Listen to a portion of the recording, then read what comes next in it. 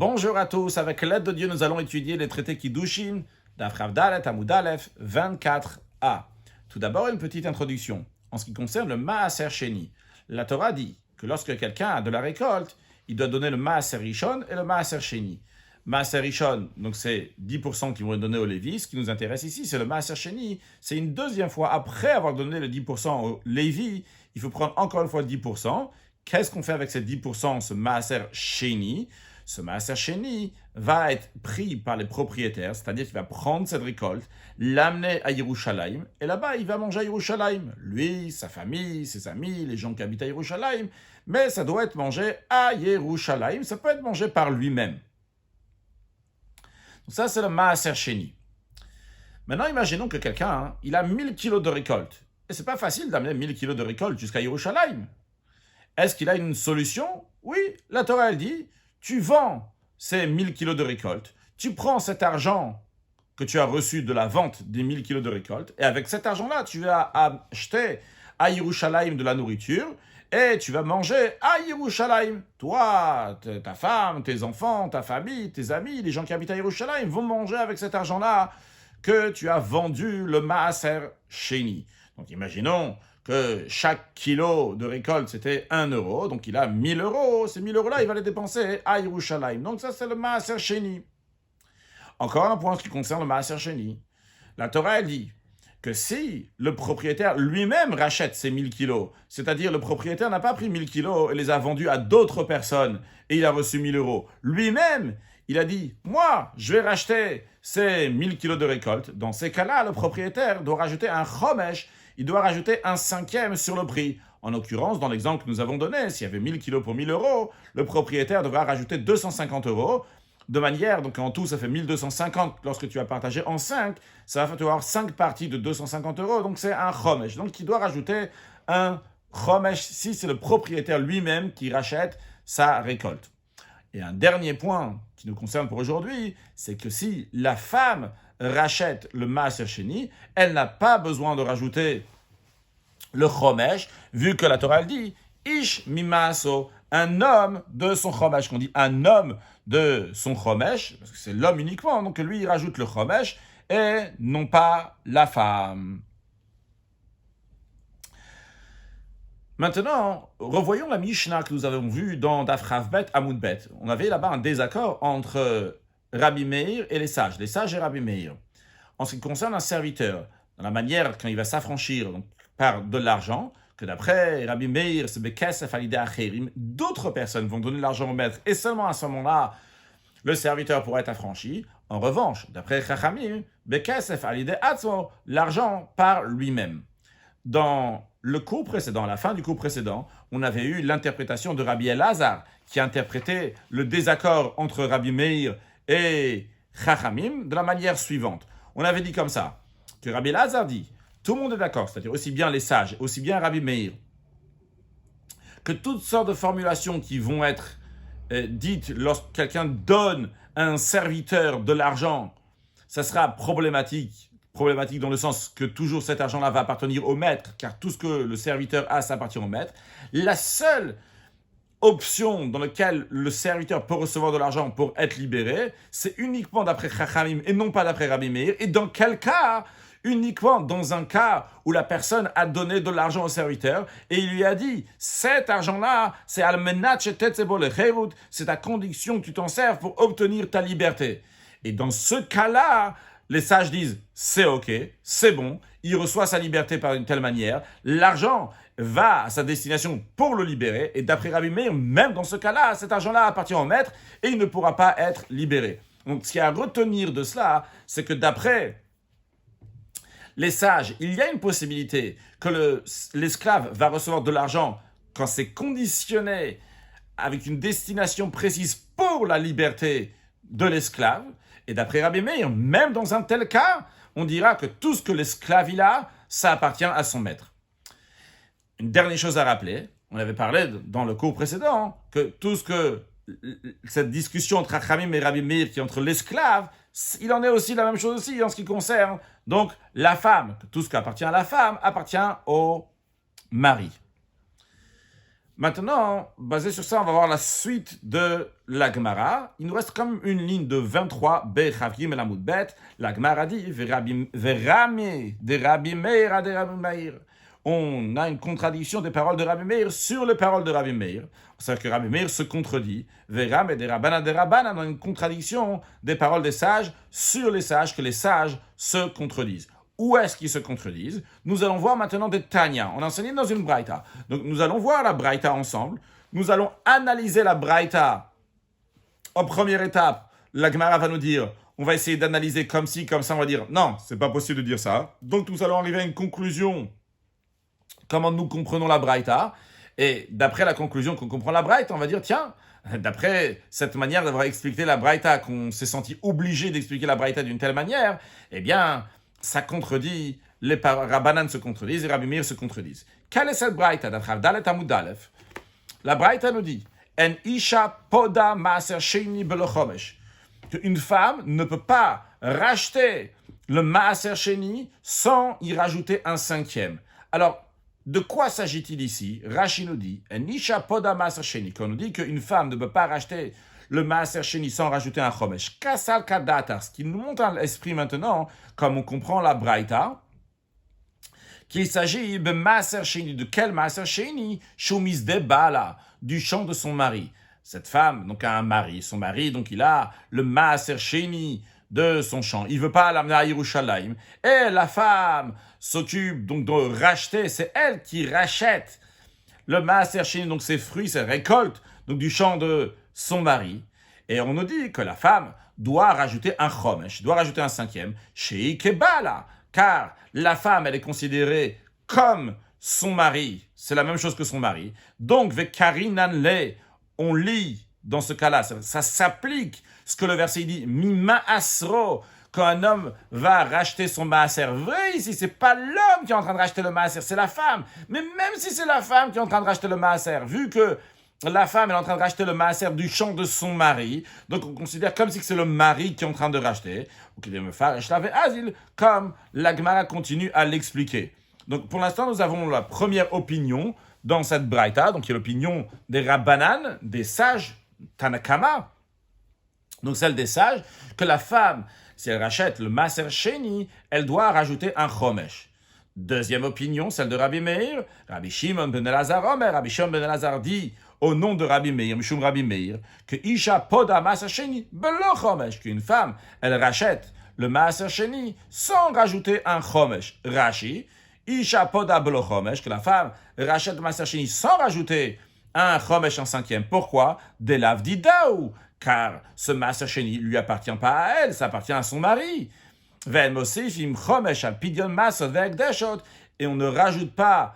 Qui est-ce qui rajoute un chomesh sur le rachat du maaser sheni et sur le rachat lorsqu'on fait le hekdesh aussi, lorsqu'on consacre quelque chose, que si on doit rajouter un chomesh, el be'alim, c'est uniquement si les propriétaires rachètent le maaser sheni, si uniquement les propriétaires vont racheter les choses consacrées, que à ce moment-là vont devoir rajouter un chomesh.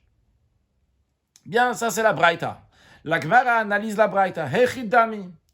De quoi s'agit-il exactement? Elima bezouzé de Baal ou maaser de Baal. Disons qu'il s'agit que c'est l'argent. Zouzé, c'est les zouz, donc c'est l'argent donc du mari. Ou maaser de Baal, c'est le maaser sheni qui appartient aussi au mari. Dans ces cas-là, shlichut de Baal ka'avda. Ce que la femme est en train de faire, c'est uniquement la mission de son mari, c'est le délégué de son mari pour faire le travail à sa place. Donc dans ces cas-là, c'est pas possible qu'il y a quelqu'un qui va dire que la femme ne devrait pas rajouter un chomesh, parce que c'est exactement comme si que le mari avait fait le rachat du maaser sheni. C'est le maaser sheni du mari, c'est l'argent du mari, c'est la femme qui le fait. Comme Rashi nous dit, le chouté avda, dans ces cas-là, la femme est en train de faire la mission de son mari. Ou maïtama, demande à Amar, quelle est la raison de celui qui dit que podin blo chomesh, que la femme va racheter son chomesh. Quand on dit maïtama ici, c'est pas juste la raison, c'est impossible que quelqu'un va dire, bon, Rachid dit maïtama, quelle est la raison? Qu'il y a une opinion qui dit qu'on peut racheter son chomesh, que la femme va racheter ce maaser sheni son chomesh, elle est en train de faire à la place de son mari. Donc on ne peut pas dire qu'il s'agit du maaser sheni du mari et aussi de l'argent du mari. Alors la Gemara dit, ça encore de quoi on parle? Ve'ela bezuzet dida ou maaser didé. Donc on doit dire, qu'est-ce que tu vas me dire? Tu vas me dire qu'il s'agit que c'est de l'argent à elle et c'est le maaser donc qui est à lui. Et comme Rashi nous dit, elle a besoin d'Ida, c'est avec son argent à elle, des nirsemelog, des biens melog. Dans la suite, on expliquera c'est quoi nirsemelog. Donc, en tout cas, c'est de l'argent qui appartient à la femme. Ou maaser d'idée, et le maaser, il appartient au mari, c'est-à-dire mise d'otav des champs du mari. Donc, c'est ça que tu vas me dire. L'argent, c'est à la femme. Et le maaser chéni, c'est du champ du mari. Donc, c'est peut-être pour ça que tu me dis que quand la femme, donc avec son propre argent, elle vient racheter le maaser chéni de son mari, vu que le maaser chéni c'est à son mari et c'est son argent à elle, donc elle est comme quelqu'un d'étrangère qui vient racheter le maaser chéni de quelqu'un d'autre, donc il ne doit pas rajouter le chomesh.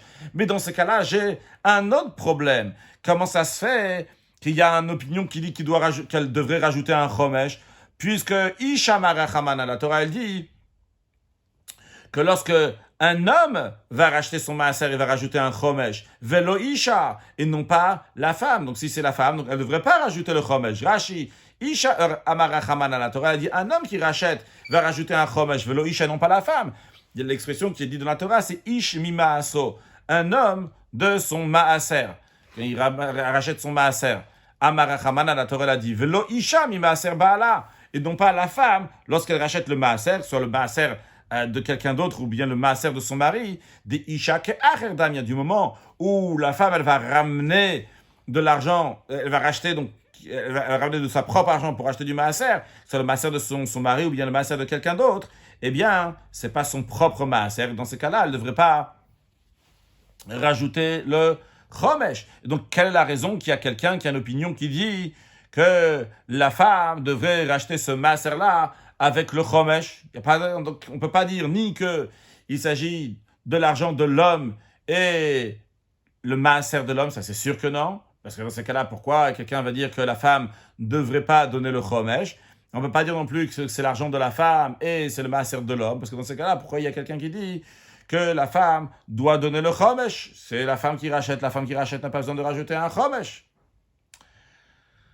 La Gemara dit... Elle a là, savons de quoi on parle. On est obligé de dire.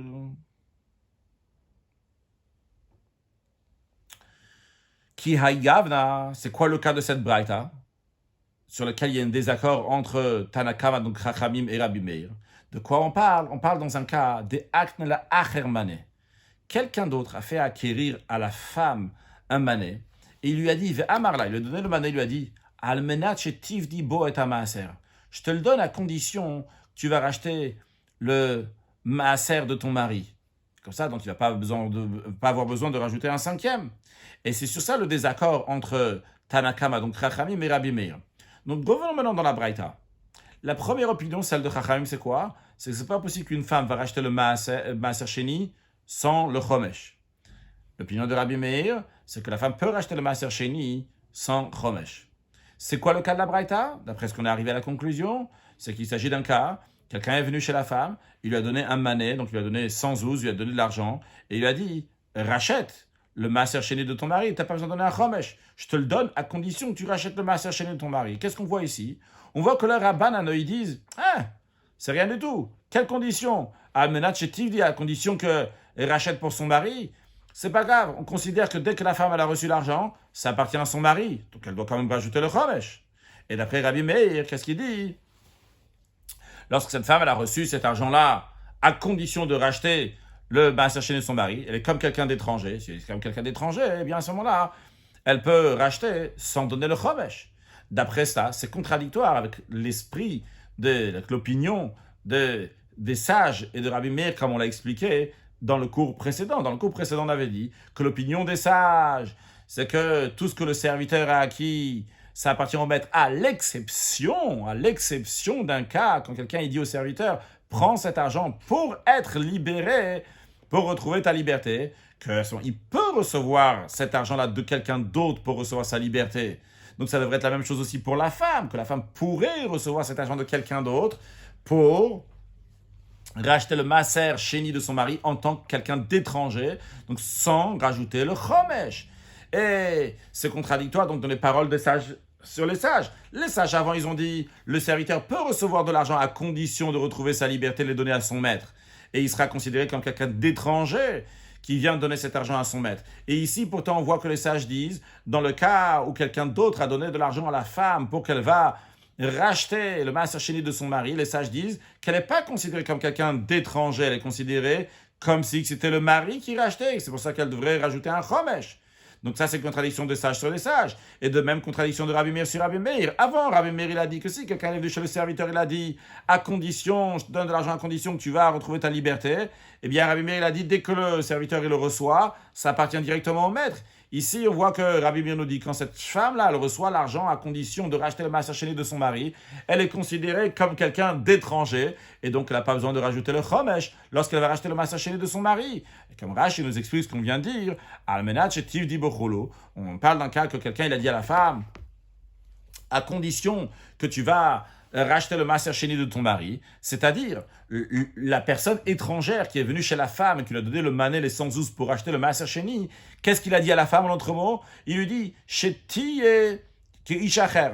Il n'a pas dit à la femme, il veut considérer la femme qu'elle soit comme quelqu'un d'autre, livdot belo chomesh, pour racheter le maaser sheni sans rajouter un chomesh. Et qu'est-ce qu'on voit? On voit que Rabbanan savre.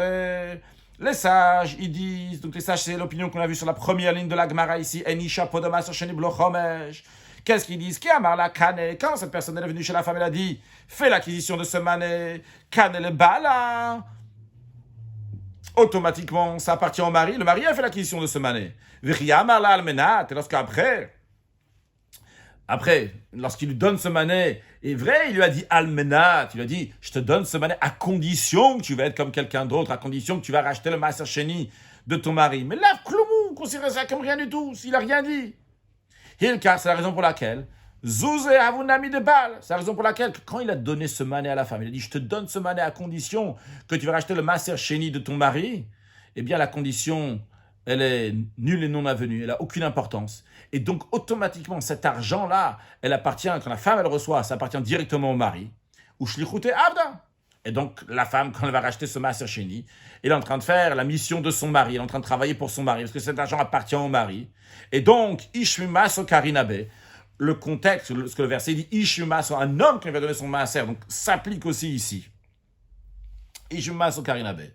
Mais Rabbi Meir, ça va, Rabbi Meir lui pense. Non, le Dida Goufa, Rabbi Meir dit, dans ce cas-là, lorsque quelqu'un est venu chez la femme, il lui a donné le maaser, il a donné de l'argent pour acheter le maaser sheni de son mari, le Dida Goufa, à elle-même, à la femme elle-même, lo aknela, il n'a rien fait acheter à la femme elle-même.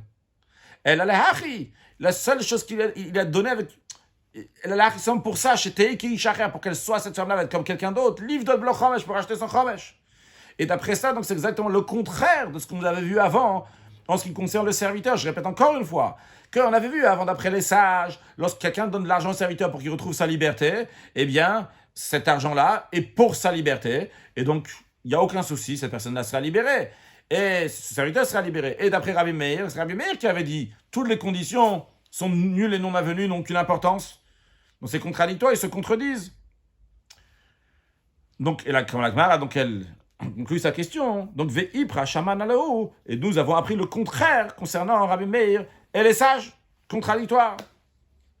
Deux réponses. Première réponse, Amara Abaye, Abaye dit Ipur. Abaye dit, il faut dire l'inverse. Quand on dit il faut dire l'inverse, donc cette deuxième braïta ici, celle que nous avons étudiée aujourd'hui, il faut inverser. C'est-à-dire qu'il faut dire que En Isha Poda Maaser Sheni Blo Chomesh, c'est l'opinion de Rabbi Meir. Et puis l'opinion qui dit Isha Poda Maaser Sheni Blo Chomesh, que la femme peut oui racheter son chomesh. Ça, c'est l'opinion des sages. Et dans ces cas-là, donc, ça correspondra à ce qu'on a vu avant, puisqu'on va dire que la femme ne peut pas racheter le maaser sheni sans chomesh. Pourquoi? Bien que l'autre personne, il est venu, il lui a dit, tiens, rachète ce maaser sheni-là de ton mari, mais dès que la femme, elle a pris, ça appartient au mari. Ça correspond à ce que Rabbi Meir a dit avant, que dès qu'on donne au serviteur, quelle que soit la raison, même si on donne au serviteur pour qu'il va être libéré, ça appartient directement au maître. Et Chachamim, ici on va changer, on va dire que c'est Chachamim, c'est les sages qui disent que Isha Poda Maaser Sheni Blo Chomesh, que la femme elle rachète un maaser sheni sans chomesh. Et de quoi s'agit-il lorsque quelqu'un est venu lui a dit Almenat Shetiv dit à condition que tu vas racheter le maaser sheni de ton mari comme quelqu'un d'étranger. Et en effet, elle est considérée comme quelqu'un d'étranger. Ça correspond à ce qu'avant on a pris pour Chachamim, qui disent que si quelqu'un est venu chez le serviteur, il lui a dit je te donne de l'argent à condition que tu vas te libérer, il sera libéré. Ça, c'est la manière comment Abaye répond. Il dit, il faut changer en effet les versions dans la Braïta que nous avons vue aujourd'hui à propos du Chomesh. Il faut changer l'opinion de Chachamim et celle de Rabbi Meir. Celle de Rabbi Meir et celle de Chachamim. Ça, c'est la réponse de Abaye. Deuxième réponse. Rava va plus loin que ça. Rava il dit, pas du tout, ça n'a aucun rapport, t'as mal interprété la Braïta. T'as interprété la Braïta d'une manière et t'es arrivé à une question, une contradiction de Rabbi Meir Chachamim. Pas du tout. La Braïta, elle parle pas du cas que, comme tu l'as compris. La Braïta, elle parle d'un autre cas. Et donc, il n'y a même pas de question, il n'y a pas de contradiction de Rabbi Meir Chachamim, ça parle d'autre chose. C'est quoi cette autre chose, de quoi on parle? Rava, il dit, Yamalolam, l'autre typo, jamais de la vie, il ne veut pas changer ici la Braïta. Parce que c'est bien Chacham qui disent que la femme, elle achète le Maaser Sheni sans Chomesh. Et c'est pas possible que la femme va racheter le Maaser Sheni sans Chomesh. C'est Rabbi Meir qui dit que la femme va racheter le Maaser Sheni sans Chomesh. Mais de quoi on parle ici? Vehacha, et ici, Maaser de Ata mi Benasha Askinan. On parle d'un Maaser Sheni qui est venu de la maison de la femme, de manière plus précise, qui est venu de la maison du père de la femme, on parle. C'est-à-dire, le père de la femme, donc cette femme-là qui est mariée, elle avait un papa qui avait mis du Maaser Sheni de côté chez lui à la maison. Ce papa, il est mort, et cette fille-là, c'est une fille donc, qui hérite son père. Et quand elle hérite son père, elle hérite tous les biens de son père. Entre autres, il y a du Maaser Sheni. Et ce Maaser Sheni aussi, elle a hérité. Et la question, la discussion de Rabbi Meir Chachamim va être, quels sont les critères de ce Maaser Sheni? Est-ce que ça appartient à la femme personnellement ou bien ça appartient à Dieu? Mais avant d'expliquer ça, tout d'abord, on a dit tout à l'heure qu'on allait expliquer c'est quoi Nirsemelog. Nirsemelog, littéralement, c'est des biens d'arrachement. Quand on dit des biens d'arrachement, c'est comme quand, si je te donne une poule, un coq, et je te dis, tu peux profiter combien que tu veux, mais il faut que le coq lui-même, tu le gardes.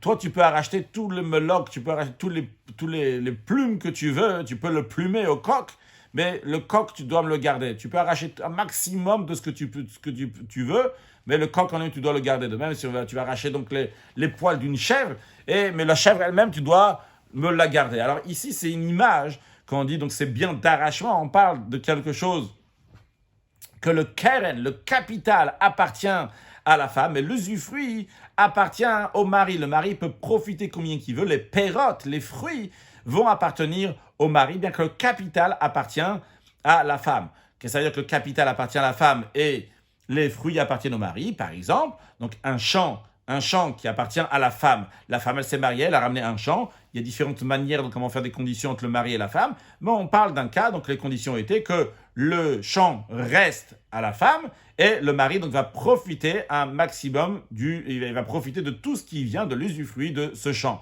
Donc tous les fruits, tout ce que ce champ va ramener appartiendra au mari. Si un jour ils vont se divorcer, eh bien à ce moment-là, donc la femme reprendra le champ. Mais en attendant, le mari donc a profité de tous les pérotes, de l'usufruit, des fruits que ce champ a ramené. Donc ça, c'est ce qu'on appelle des nirse melog, contrairement à une autre catégorie de nechassid de biens qui s'appelle nirse tson barzel, qui n'est pas dans le contexte aujourd'hui. Maintenant, lorsque cette femme hérite son père, qu'est-ce qui a été institué par les sages? C'est que tout ce qu'elle a reçu, on va prendre cet argent-là, on va prendre par exemple, il y a 100 000 euros qui est venu, avec ces 100 000 euros-là, on va acheter un champ, et les fruits de ce champ, l'usufruit va être au mari, bien que le capital de ce champ appartiendra à la femme.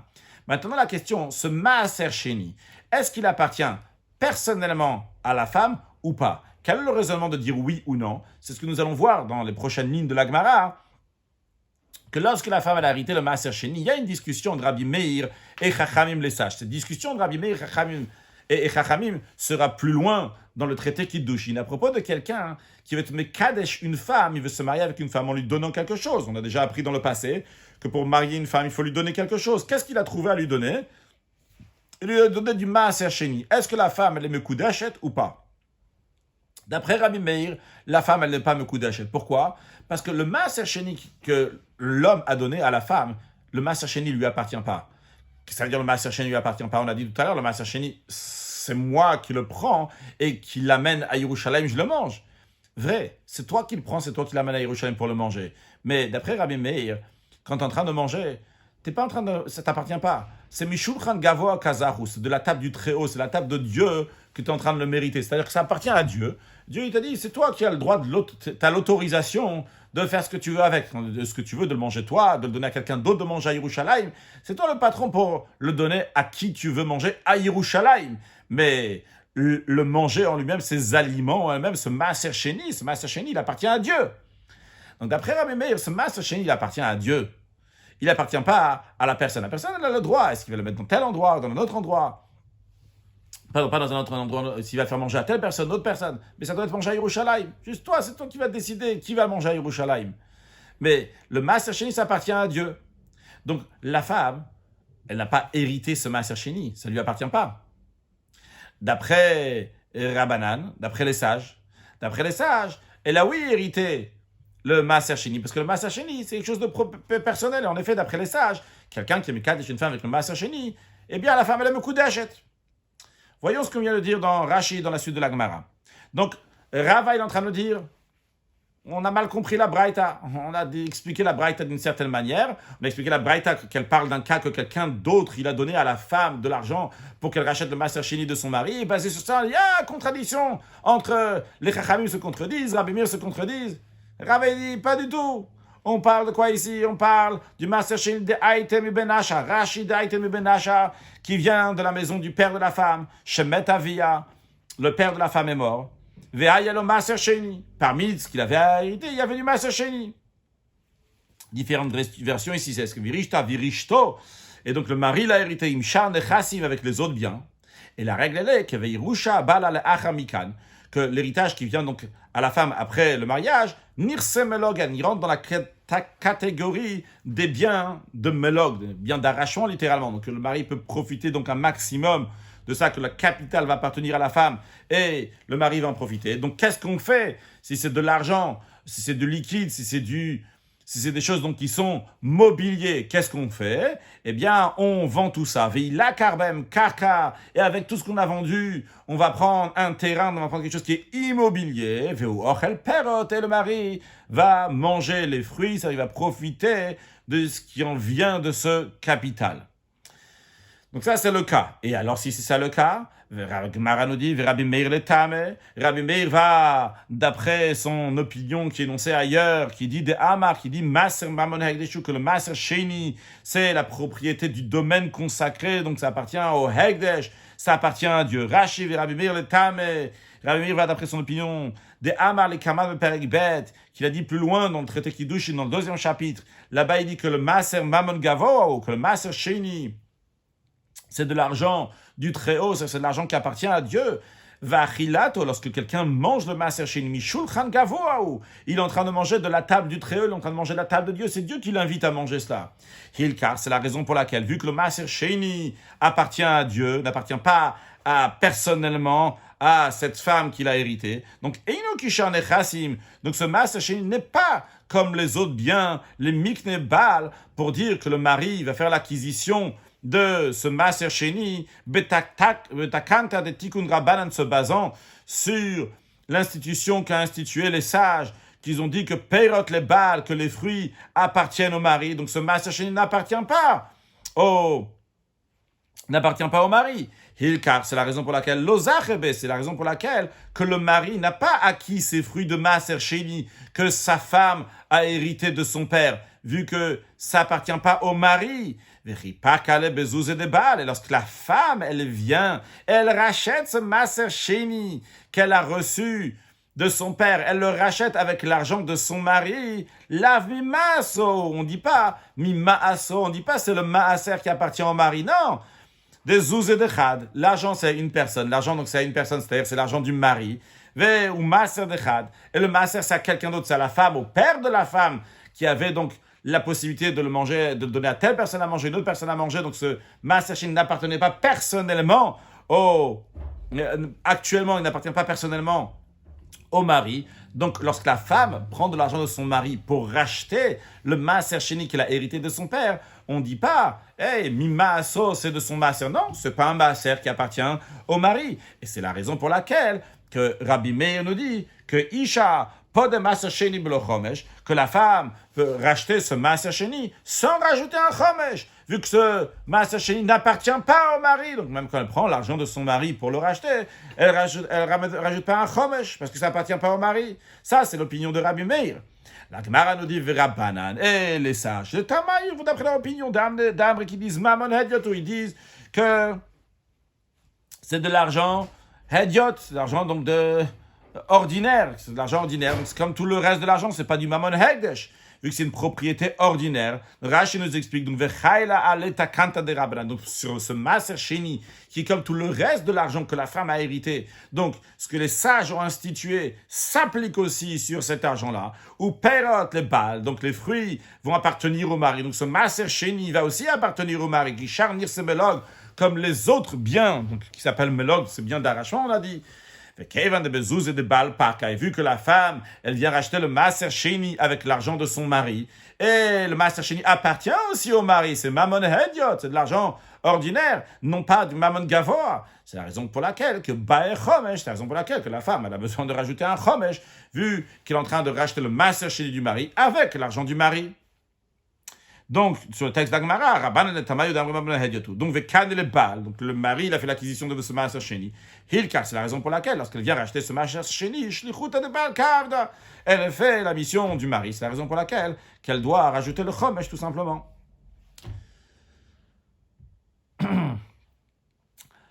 Dans la Mishnah, dans la Fraf Bet, Amoud Bet, dans 22b, on avait vu comment le serviteur se rachète. On avait discuté comment il se rachète, si c'est par un shtar, par un document, si c'est par Bekes avec de l'argent.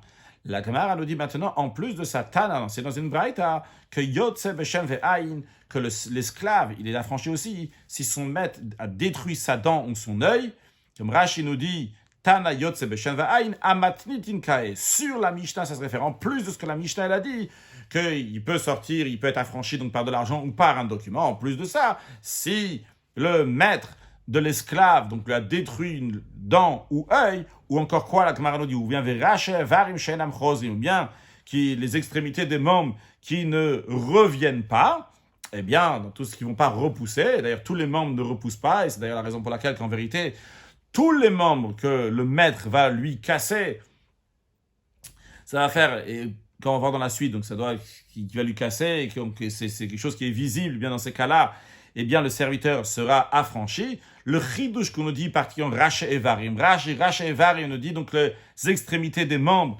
Chavdalat M, il y en a 24 extrémités des membres. Ou Shnouyim Etzel Negaim. Ils sont dit là-bas à propos des Negaim, des taches de lèpre. La lèpre, c'est que quelqu'un il a une tache blanche. La tache blanche en elle-même ne suffit pas pour considérer la personne lépreuse. Pour cela, il y a besoin qu'il y ait un poil blanc à l'intérieur, ou bien une autre option, qu'il y ait une miria, qu'il y a donc un morceau de peau saine donc à l'intérieur de cette tache blanche, qu'à ce moment-là, la personne elle est considérée metzora, qu'elle est considérée lépreuse. Alors là-bas, dans la Mishnah de Negaï, on nous ramène ces 24 extrémités de membres qui sont particuliers, que s'il y a une miria, il y a une peau saine donc, qui s'est mise dans cette tache blanche qui est sur l'extrémité des membres, eh bien à ce moment-là, la personne, elle n'est pas considérée Metzorat, parce qu'il y a besoin que Vera ou Kohen, que le Kohen va voir, le Kohen doit voir comme ça en flash directement. Si par exemple c'est au bout du doigt, le Kohen a besoin de regarder sous différents angles, de plusieurs angles, jusqu'à qu'il va voir cette miria, cette peau saine donc, qui est dans la tache blanche, et c'est la raison pour laquelle que la personne n'est pas elle n'est pas metzorat, elle n'est pas lépreuse. Alors là-bas, on nous parle donc des 24 extrémités des membres. D'ailleurs, c'est les 10 doigts de la main, les 10 doigts des pieds, les 2 oreilles, le bout du nez et le membre viril. Donc ça, c'est les 24 extrémités des membres donc, qu'on nous parle là-bas. Mais comme on a dit, donc, il s'agit en vérité pour tous les membres aussi. Et Rashi nous dit, donc on l'étudiera plus tard dans le Daf Rafeh Amoud Aleph. En tous les cas, ce qu'on a vu dans la Braïta, c'est qu'en plus de ce qu'on a appris dans la Mishnah, le serviteur donc est affranchi aussi si son maître a détruit la dent, l'œil ou bien les extrémités des banches et qui ne reviennent pas.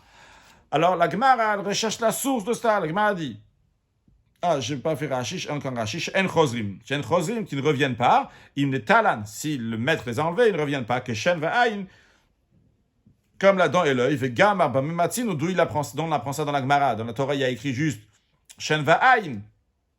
Donc on apprend ça, Bamematzinu. Bamematzinu, ça veut dire de la même manière que Shen et Ain, donc ce sont des membres donc, qui ne reviennent pas. On verra un peu plus de détails dans la suite. À la même manière aussi, pour les Raché Varim, pour les extrémités des membres. La Gemara a dit, Bish la machin ve'ayin. Ok, je comprends. En ce qui concerne la dent et l'œil, il y a clairement dans la Torah elle dit que si un maître il va frapper son serviteur, donc son œil ou sa dent, il va la détruire, qu'à ce moment il va être libre. Et la rachel varimina, mais d'où on sait que les extrémités des membres c'est aussi comme ça. La Gemara répond, Doum, il y a des chaînes ve'ayin. On apprend cette loi en comparant les extrémités des membres à la dent et à l'œil. C'est-à-dire, ma chaîne ve'ayin moumin shebegal ou ivenam chos, de la même manière que la dent et l'œil, il y a 2 points. Qu'est-ce qu'on retrouve dans la dent et l'œil? Premièrement, donc, ce sont si le maître les a détruits, ça entraîne des défauts visibles, ça c'est un. Et deuxièmement, ils ne reviennent pas une fois qu'ils sont détruits. Alors j'en déduis, Avkol Moum, Minshebegalo, il en est de même aussi pour la perte de tout organe qui entraîne donc, un défaut visible, Ve'einam Chozim, et qui ne revient pas. Dans ces cas-là, le serviteur sera affranchi. Ok, donc en tous les cas, on apprend de chaîne vers aïn, de la dent et l'œil, pour tous les autres membres qui ressemblent à ça. Si c'est un défaut donc, qu'on peut voir, donc, qui est visible, et deuxièmement, ce membre-là ne va pas revenir. À la Gemara, demain, on a dit, tu sais quoi, il y a une question. Je vais dire d'abord la question vraiment, après sur le texte. La Torah, elle nous a dit la dent et l'œil. La Torah n'a pas dit juste la dent ou juste l'œil, elle a dit la dent et l'œil. A priori, la Torah, elle aurait pu dire seulement la dent. Et moi, j'aurais fait exactement le même raisonnement qu'on a dit. On dit, la même manière que la dent, c'est un défaut qui est visible, ça ne revient pas. De la même manière aussi, tous les membres qui sont un défaut visible et qui ne reviennent pas. Non, la Torah n'a pas dit ça. La Torah a dit dans la dent et dans l'œil. Si la Torah dit dent et l'œil, ça pose problème. Ça pose problème. Problème dans le sens que c'est shnek tuvim abayim ka'erad. C'est 2 versets qui viennent pour nous dire la même chose. Et Namelam dit on ne peut pas apprendre pour d'autres choses. C'est-à-dire, si la Torah nous avait dit seulement la dent ou l'œil, et j'ai dit, j'apprends tout le reste. Il n'y a pas de souci. Tu peux apprendre tout le reste. La Torah te donne un exemple pour que tu déduis tout le reste. Mais lorsque la Torah, elle ne se contente pas de te dire uniquement la dent. Elle dit la dent et l'œil. Dans ce cas, je dis, pourquoi la Torah a eu besoin de me dire les deux? La Torah elle m'a dit les deux pour me dire, c'est 2 cas exceptionnels. Si la Torah a voulu me dire que c'était pour tous les cas qui ressemblent à ça, la Torah a dit ou l'un ou l'autre. En l'occurrence, ou la dent ou l'œil.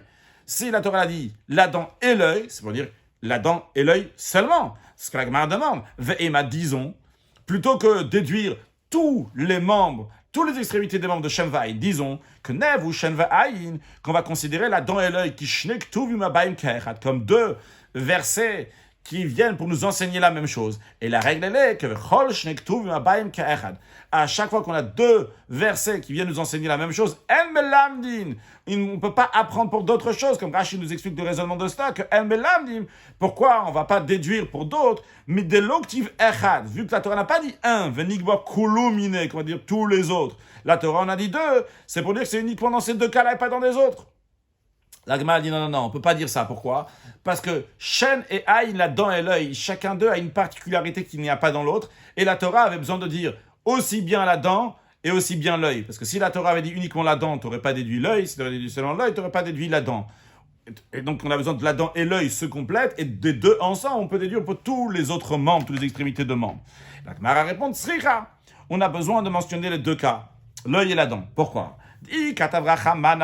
Si la Torah avait écrit uniquement l'esclave que le maître lui a détruit la dent, Ava Mina, j'aurais pu penser, on tourne la page, Afilu Shen de Chalav, même une dent de lait. Rashi d'abord, avant qu'on tourne la page, Ravdal et Tamoudal, 24a, en bas de la page, il y a besoin de dent et l'œil. De l'ogama chamechav, on ne peut pas déduire l'un de l'autre. On ne peut pas déduire la dent de l'œil et l'œil de la dent. Hilkar, c'est la raison pour laquelle l'obayin ka'echaninu, ils ne sont pas considérés comme 2 versets qui viennent nous enseigner la même chose. Parce que chacun d'eux, il a une particularité. Encore une fois, si la Torah avait écrit seulement la dent, j'aurais dit, même une dent de lait. Pourquoi ça s'appelle une dent de lait? Rashi, en haut à gauche, de Chavdalet Amud Bet, 24b, Shen de Chalav, dent de lait. Shen Sheyanagba, la dent avec laquelle il a allaité lorsqu'il était petit. Cette dent-là, il appelait donc de lait, parce que quand il était en train d'allaiter, il avait cette dent-là. Et cette dent-là, des Hatid la Khalifa, elle va changer. Comment est-ce possible que le maître, il a cassé une dent de lait d'un serviteur? Rachel nous dit qu'il gagne avec 4, par exemple. Donc si c'est un serviteur qui est mineur, qui a encore des dents de lait. Donc j'aurais pensé que c'est même des dents de lait. C'est la raison pour laquelle la Torah elle a écrit l'œil. L'œil, pour le dire, donc c'est un organe qui est détruit, une fois qu'il est détruit, il va pas revenir parce que la dent de lait, si la Torah avait dit dent, j'aurais dit même dent de lait, mais c'est faux, c'est pas une dent de lait. Si le maître il a cassé une dent de lait, le serviteur n'est pas affranchi parce que cette dent de lait elle va repousser, il y en aura une autre qui va venir après. C'est pour ça que la Torah a dit l'œil, parce que l'œil ne revient pas. Ah, et dans ce cas-là, la Torah avait qu'à dire que l'œil. On dit non, si la Torah avait dit l'œil, avamina, j'aurais dit l'œil, parce que l'œil, il a été créé, quand l'enfant il est né, il avait déjà l'œil, les dents il les avait pas encore, mais l'œil il avait déjà. Donc j'aurais dit ma'in shinivraim, j'aurais dit de la même manière que l'œil, c'est un membre qui a été créé en même temps que lui, il est né avec. Afkol shinivraim, donc le serviteur sera affranchi uniquement si le maître, il a détruit un membre qui a été créé avec l'enfant. Aval Shen, mais la dent que lorsqu'il est né, il n'avait pas les dents sont venues seulement après. Donc si le maître va casser la dent du serviteur, le serviteur ne sera pas affranchi. C'est la raison pour laquelle la Torah a besoin de mentionner aussi bien l'œil, aussi bien la dent, parce que on n'aurait pas dû déduire l'un de l'autre. Et une fois qu'on a les deux ensemble, eh bien des deux ensemble, on va déduire pour tous les autres membres qu'il y a, que si le maître il les a détruits, eh bien le serviteur sera affranchi. Conclure avec une halakha. Celui qui rachète le maaser pour lui-même, il doit rajouter un chomesh. Par exemple, si ça valait 4, il doit rajouter encore 5. Comme il y a écrit, Vim Gaol, Igal, Ishim Maso, Chamishito Yosef. Si un homme va racheter son maaser, il rajoutera un 5e. Une femme qui a racheté le maaser sheni d'elle-même, même si elle appartient à elle-même, elle ne rajoute pas un chomesh, parce qu'il y a écrit Ish Mimaso, et non pas Isha. Comme ça, on a appris une pièce de tradition de maître en maître. Donc, Ishmaso, c'est l'homme uniquement et non pas la femme. Un sujet de chassidoute, cette idée-là de rajouter un chomesh, c'est-à-dire que même quand quelqu'un y sert Dieu avec les 4 parties, il doit rajouter la 5e partie. Qu'est-ce que ça veut dire servir Dieu avec les 4 parties? Nous avons 5 parties de l'âme. Nefesh, Ruach, Neshama, Chaya, Yechida. Nefesh, Ruach, Neshama, Chaya sont tous des parties de l'âme qui sont liées avec le corps. C'est lié donc avec le nefesh, avec l'action, le ruach avec les sentiments, la neshama avec la compréhension, chaya avec la volonté. En revanche, yichida, c'est le niveau qui dépasse la personne. Yichida, qui est lié yachid, qui est unique avec Akadosh Baruch Hu. Alors on nous dit que même lorsque quelqu'un il sert Akadosh Baruch Hu, il a toutes les forces intérieures qui sont avec Akadosh Baruch Hu. Il doit rajouter chamishit au Yosef Allah. Il doit rajouter le chamishit. Il doit rajouter ce niveau de yichida, de mettre cette énergie donc profonde dans chaque chose.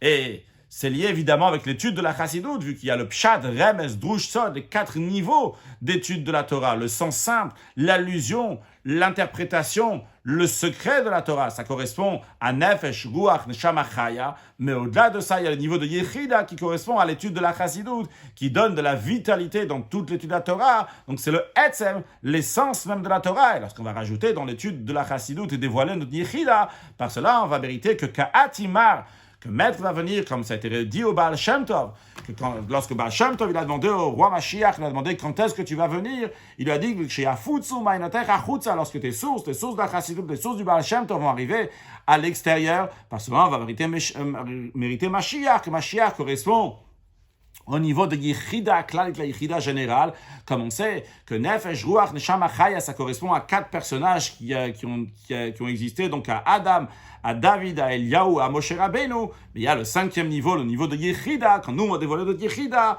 on va avoir le Yichida, donc le Yichida générale, qui est celle du Melech HaMashiach, qui va se dévoiler très prochainement. Excellente journée.